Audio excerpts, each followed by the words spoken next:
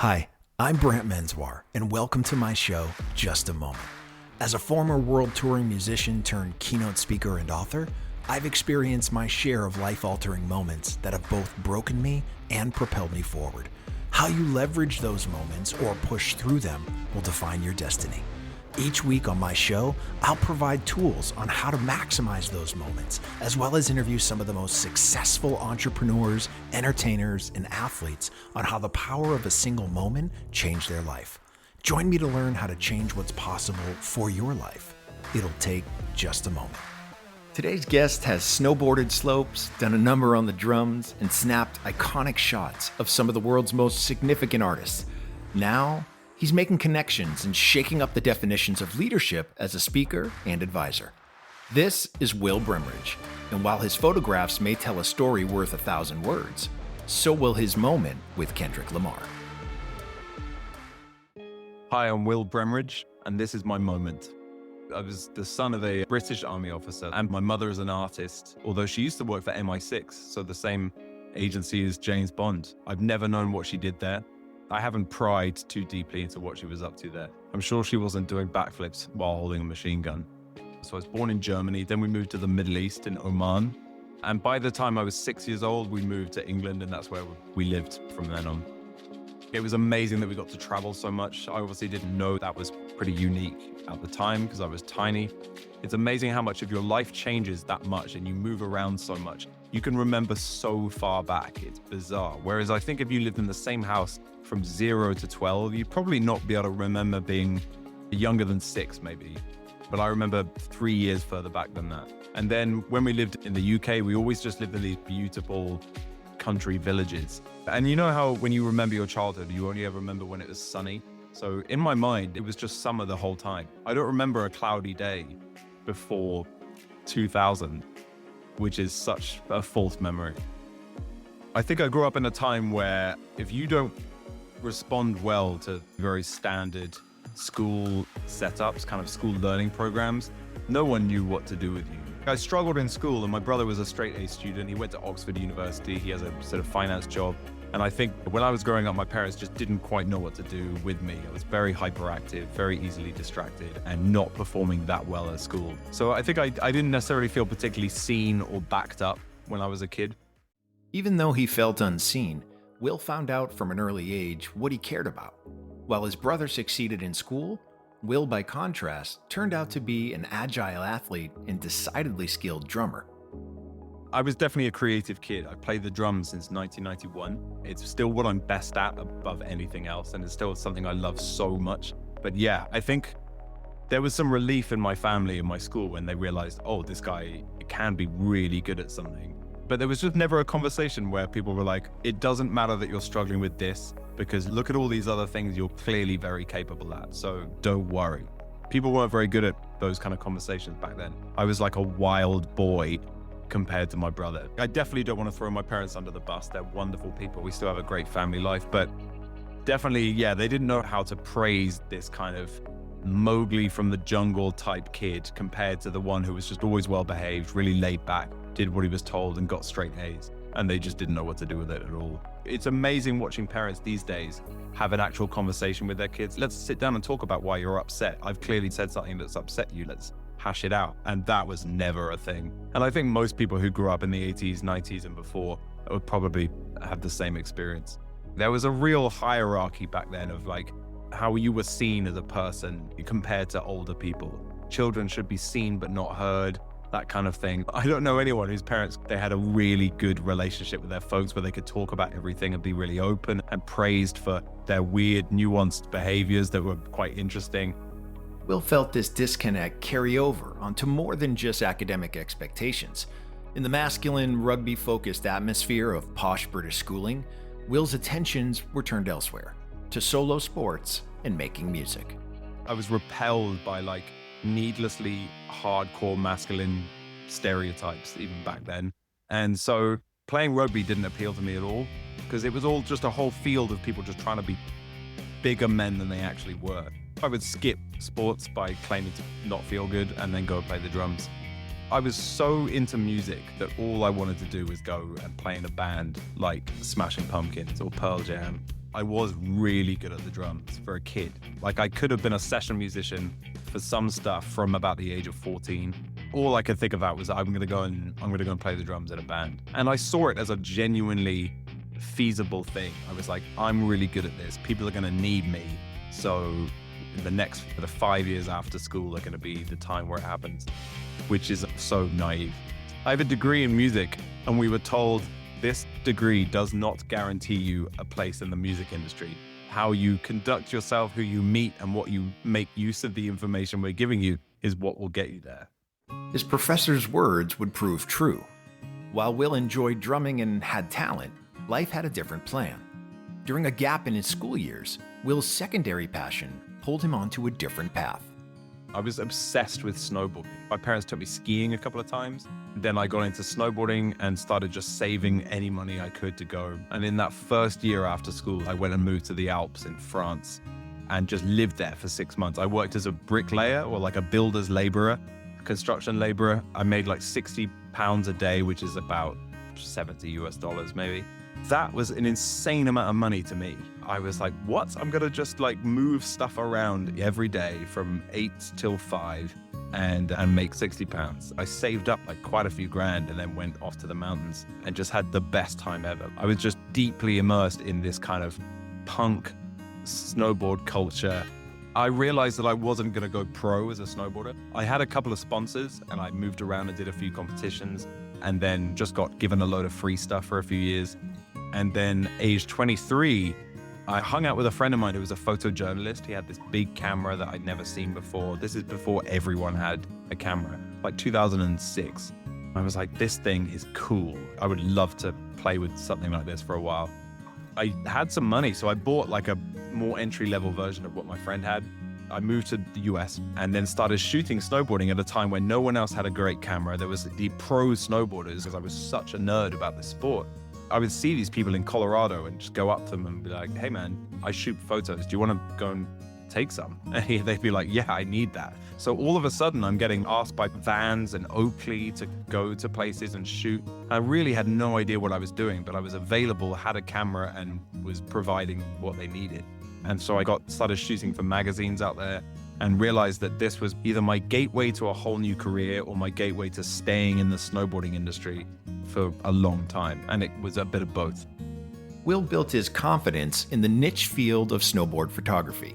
He built a portfolio and reputation that sent him back overseas and into a whole different caliber of creators and artists. I didn't get too much imposter syndrome back then because I also didn't know what really good photography looked like.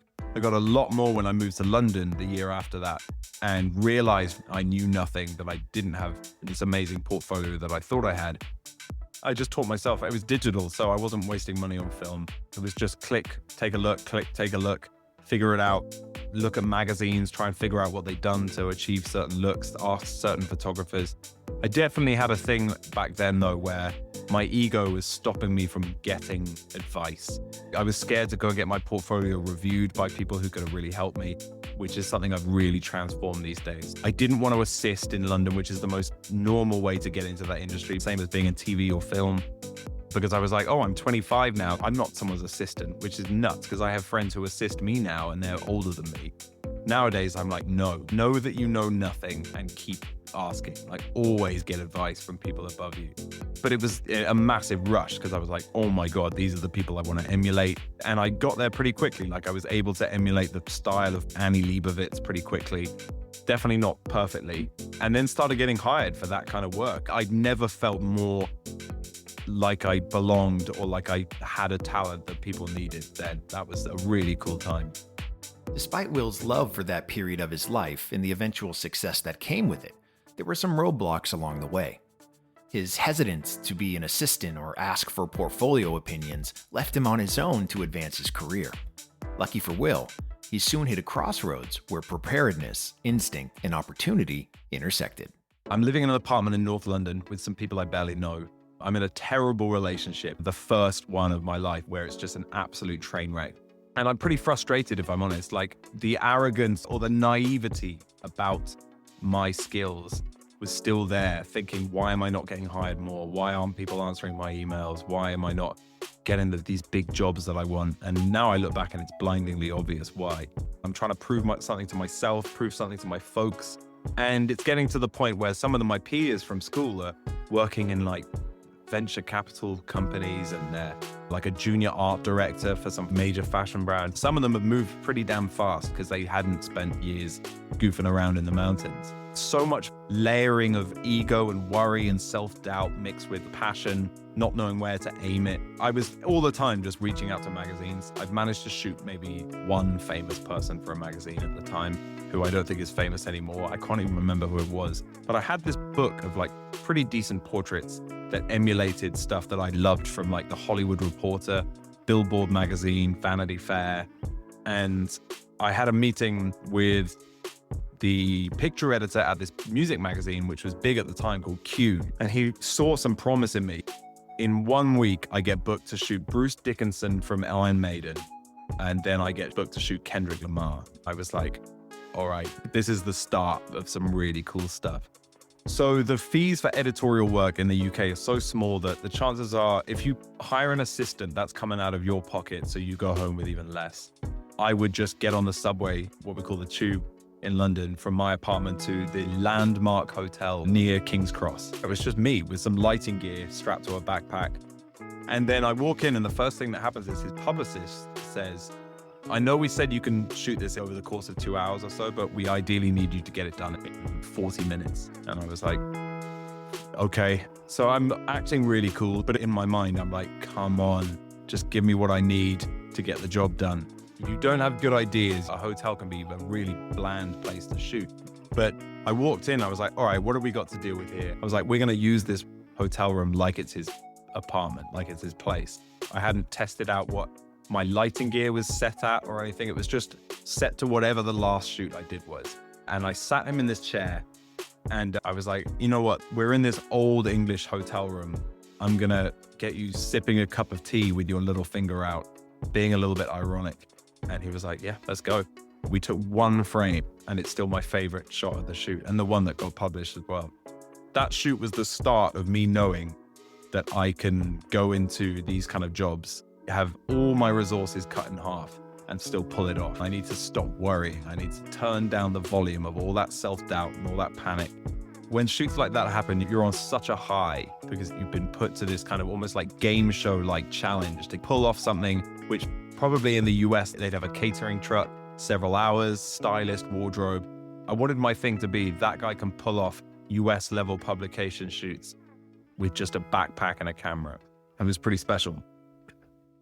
Will Bremridge, friend, I am so excited for you to be here. Welcome to Just a Moment. Thank you very much for having me. Listen, we haven't known each other that long, but we've been talking. And it's funny because I'm fascinated with this time in your life where you stumbled into a very successful career as a photographer, while in the back of your head, you're like, I just want to be a drummer, man. Or a snowboarder. Or a snowboarder, sure. And let's just talk about this moment with Kendrick Lamar. You get thrown for a loop with the, I thought I had all this time and now I'm going to be rushed. And when people think they're going to be rushed, they usually make shitty decisions. So what is it now, looking back on that? Was it the naivete that sort of allowed you to just plow right through that? Or was it a deliberate choice? I think it wasn't naivety. I think it was actually everything other than my self-doubt kicked in. And it was like, no, we know what we're doing here. We're fine. I would go back and change how much self-doubt I had around that, like just completely belittling myself. Like, oh my God, you've been given this job and now all your resources have been cut in half. How are you going to do this? And then it turned out that I was very, very much capable of doing my job. And it reminded me from then on, just turn down all that noise and just walk towards all that fear. In my current career where I coach CEOs on their communication skills, of course, the first time I went into a session with one, I was like, what are you doing, man? Because it's another career where I've gone in and winged it. Like I have faked it until I've made it. That shoot was like the start of a time of feeling much calmer about the idea of going into something where I have no specific qualifications for it, but I am very capable of doing the job. It was that first green flag that was like, you can do this again and again. So you had this time of being a very successful photographer. What is it that moves you towards where you are today? I realized my greatest strength during kind of the next 10 years, compared to a lot of my peers who were more introverted, artistic, great people, smart people, but weirder when it came to introducing themselves to people, more shy and sheepish. My ability to just talk to people and introduce myself and assert myself into conversations was my best friend back then. What's to stop me from going and introducing myself to this person, that person, sending that person an email and just punching high?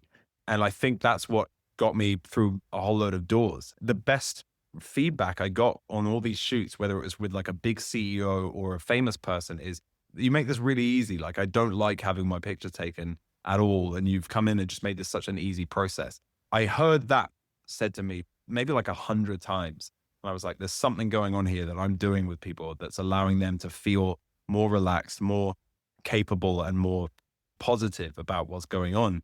And I need to make use of this. And I originally thought I can teach other creatives to go into rooms in creative agencies and magazines and walk into situations where there's a whole bunch of egos and show off what they do, state their worth, and come away having really showcased their talents. And I thought, no, I want to coach some other people. I want to see who else I can help with this and see where I can transfer this skill.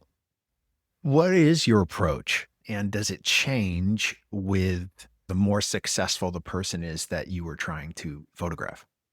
That's an interesting question. I think I realized that my biggest strength was the ability to just be silly and relaxed, take the piss out of myself, as we say in England.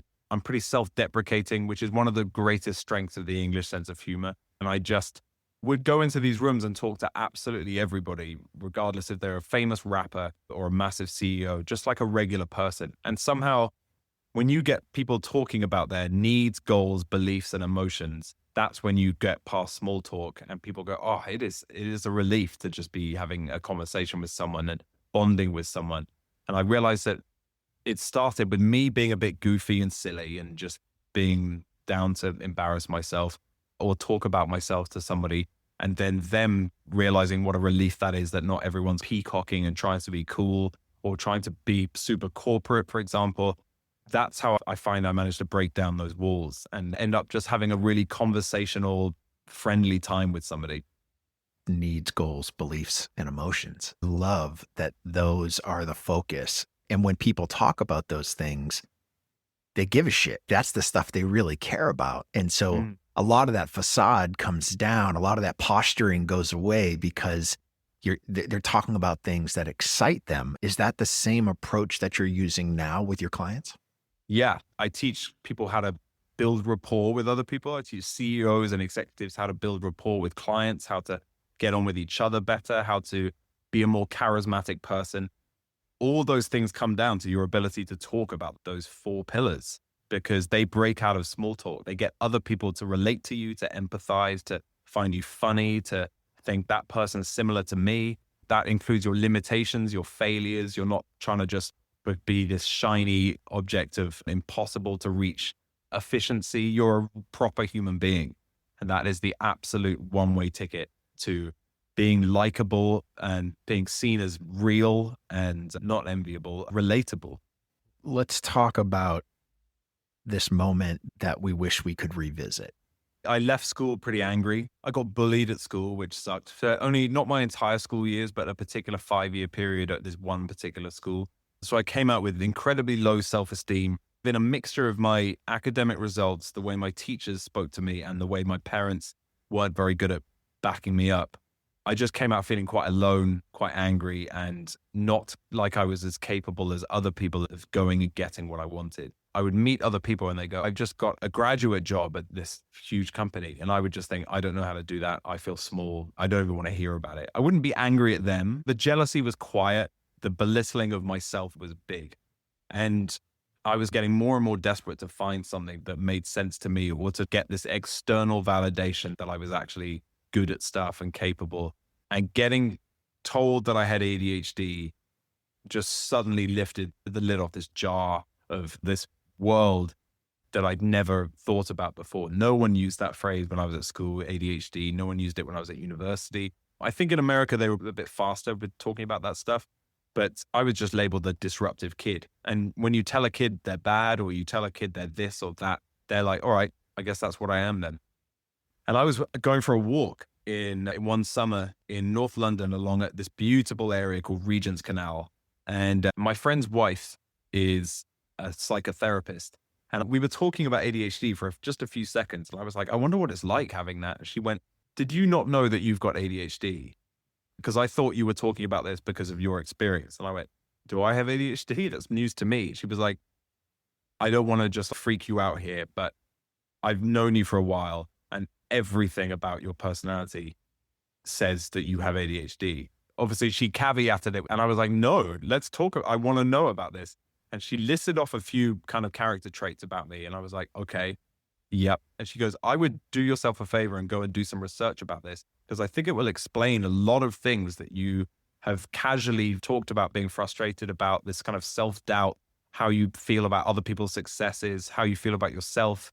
And she was like, this might open a whole world of understanding about yourself for which you could go and get medicated for or choose not to. But I did. I went and spoke to some people about it, did loads and loads of research. And I was like, oh my God, if someone had told me about this at school and it described the symptoms and the effects of it and everything, I would have just felt so much more proud of myself. And instead, up until that point of being like 27, 28, I was just so hard on myself and thought that I was dumb and that I was a little bit broken. And then I was like, hang on a minute. No, there's loads of other people who have this.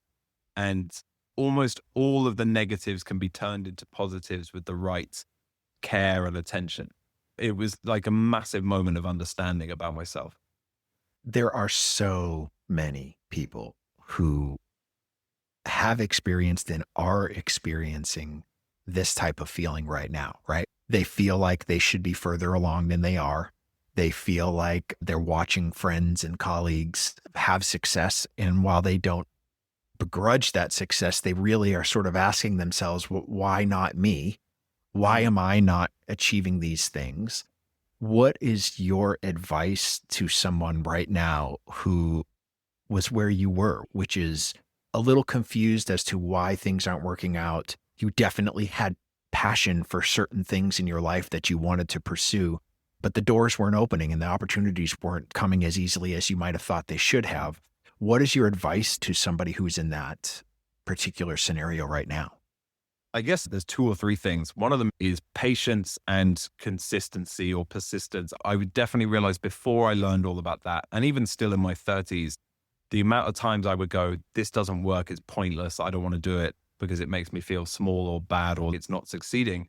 All that would happen so often. And I realize now that I was never putting into practice like consistent routines and effort, optimism towards what I wanted to do, and changing my mindset to like a love of the pursuit of something hard. And if it's hard, it means that not everyone gets to have it. So keep going. And just by keeping on going, you're more likely to succeed in itself. When you're younger as well, you want stuff fast. You want to achieve stuff fast. You want to receive things quickly. And then you get a bit older and you realize that some of the best stuff is a slow build, a long game. Firstly, figure out what it is that you want to do and decide that you are going to be smashing it, not in 1 year or 2 years, but in 10 years. You're going to put the wheels in motion, constantly seek advice, let your ego down, and just love that you don't know anything. And then celebrate all the small wins of learning to do something every day. I've accomplished something today. I love it. Listen, for people who want to continue to follow you on your journey, maybe learn a little bit more about the coaching you do, what's the best place for them? Where can they find you? I have a LinkedIn, which is Will Bremridge. I think I'm the only Will Bremridge in the world. I post stuff about communication skills there. What I really love, though, is the videos that I've started making. You can find them on Instagram at Communication Mastery, all one word. So Instagram/Communication Mastery. And then on TikTok under my name again. So Will Bremridge. I love it. I love it. Listen, thank you, brother, so much for your time here. We'll talk soon. Thank you for joining us on this episode of Just a Moment. Make sure to subscribe to our podcast and tell a friend or two about it to help spread the word so everyone can find a moment that inspires them. Don't forget to leave us a review and check us out on the web at justamomentpodcast.com. Just a Moment is produced by Natalie Von Rose and Brant Menswar. For more inspiring shows like this, visit surroundpodcasts.com.